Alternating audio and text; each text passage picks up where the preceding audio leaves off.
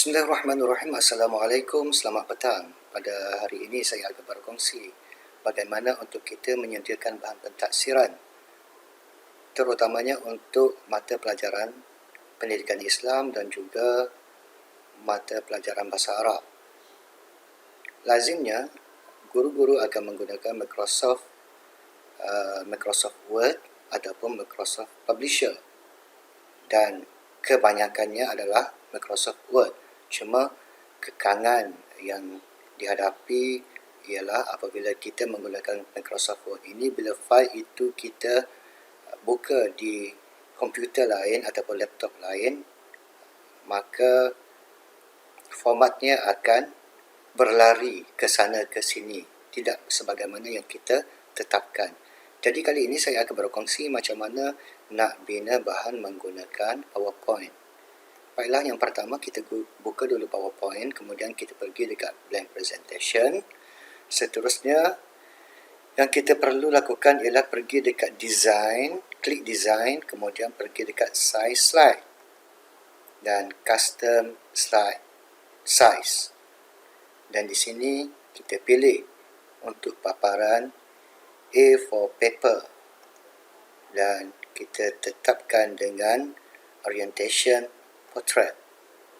Klik OK, kemudian maximize. Kembali kepada home dan layout ini kita kosongkan dulu, blank.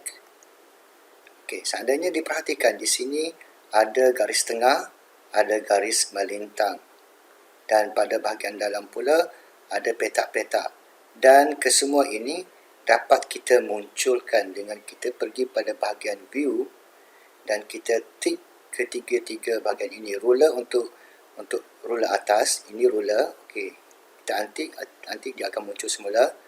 Grid line ialah petak dalam, manakala guards ialah garis tengah dengan garis melintang.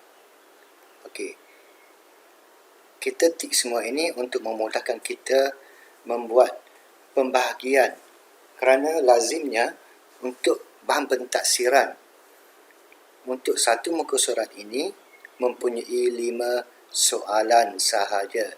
5 soalan sahaja. Seandainya kita rujuk semula kertas-kertas pentaksiran zaman era pentaksiran dulu, itulah bilangan soalan yang ada pada setiap satu muka surat. Dia tak akan lebih pada 5 soalan. Ini khusus untuk kertas pentaksiran pendidikan Islam dan juga bahasa Arab. Baiklah.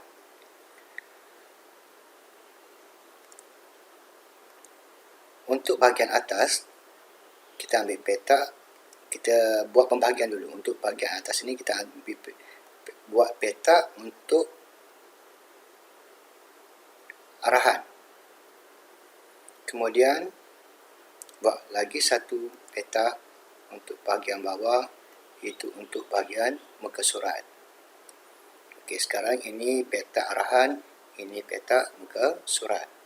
Dan seandainya kita perhatikan di sini ada 1, 2, 3, 4, 5, 6, 7, 8, 9. 9 petak untuk 5 soalan. Baiklah. Kita ambil pada bahagian sini, kita ambil satu petak setengah untuk satu soalan. Okey, sekarang kita ada satu petak untuk soalan yang pertama.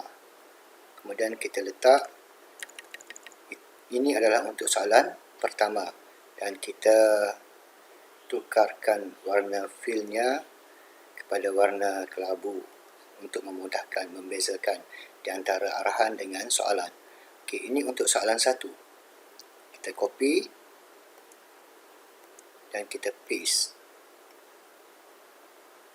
Soalan 2, paste. Soalan 3, paste. Soalan 4, paste. Soalan 5. Maka kita lihat di sini ada ruang, maka kita boleh jarakkan. Sebagai contoh, kita letak di mana. Okay.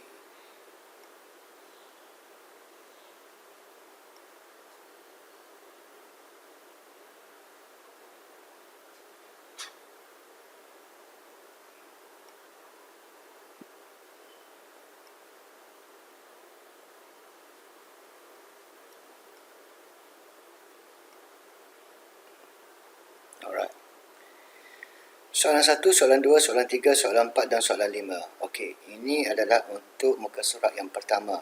Bahan kita untuk muka surat yang pertama. Seandainya kita ada 4 muka surat, kita tak perlu buat macam ni untuk setiap muka surat. Kita hanya pergi pada bahagian sini, kita klik kanan, kemudian duplicate slide.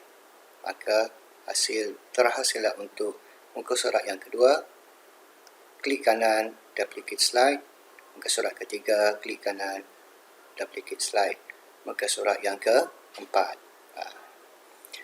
Baiklah, seterusnya ialah bagaimana seandainya kita nak memasukkan image.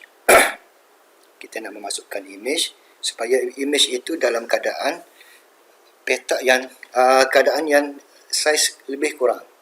Maka kita ambil petak, kita letak pada bahagian soalan, kemudian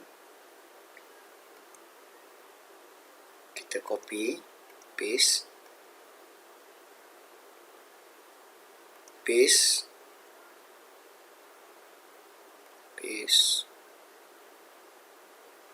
dan okey. Sebagai contoh, ini adalah petak untuk kita memasukkan image. Maka seterusnya, seandainya kita masukkan image dengan cara insert, sebagai contoh kita ambil insert, kita picture this device, kita pergi dekat tempat simpanan image kita. Sebagai contoh kita masukkan kerusi, maka dia akan keluar di sini. Dan kita perlu untuk resize kerusi itu, untuk letak, susun semula. Okey, ianya akan memakan masa. Jadi saya akan kongsi bagaimana untuk memudahkan. Itu kita klik pada petak. Petak kita dah buat siap-siap untuk 5 soalan ini. Klik pada petak, kemudian klik pada format. Pergi dekat bahagian sheet fill. Klik, kemudian cari picture.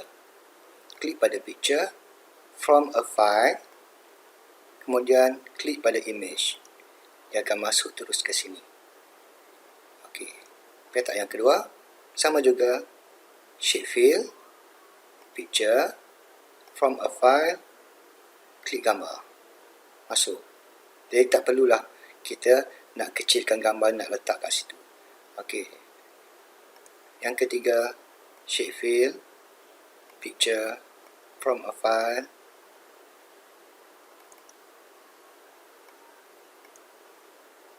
sheet fill, picture from a file, dan yang terakhir sheet fill, picture from a file, dan okey, ini contoh. Di sini kita boleh letak nombor 1 dan apa soalannya. Nombor 2, apa soalannya. Nombor 3, apa soalannya. Nombor 4, apa soalannya. Dan nombor 5, apa soalannya. Dan seandainya kita perlukan 2 gambar, maka hanya copy, paste, letak di sebelahnya. Dan macam tadi, klik format, sheet fill, pergi dekat picture, from a file, dan masukkan. Okey. Maka terhasillah 2 gambar untuk 1 soalan. Ini seandainya soalan untuk soalan pilihan. Maka demikianlah kita mengatur untuk arahan, apa soalan, dan di bawah ini untuk nombor muka surat. Selesai semua, maka kita tik pada petak dan kita pergi dekat sini, fill, no fill. Kemudian shape outline, no outline.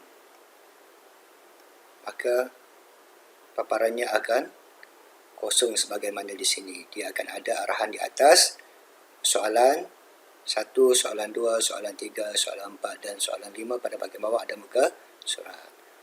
Baiklah, semoga membantu. Assalamualaikum.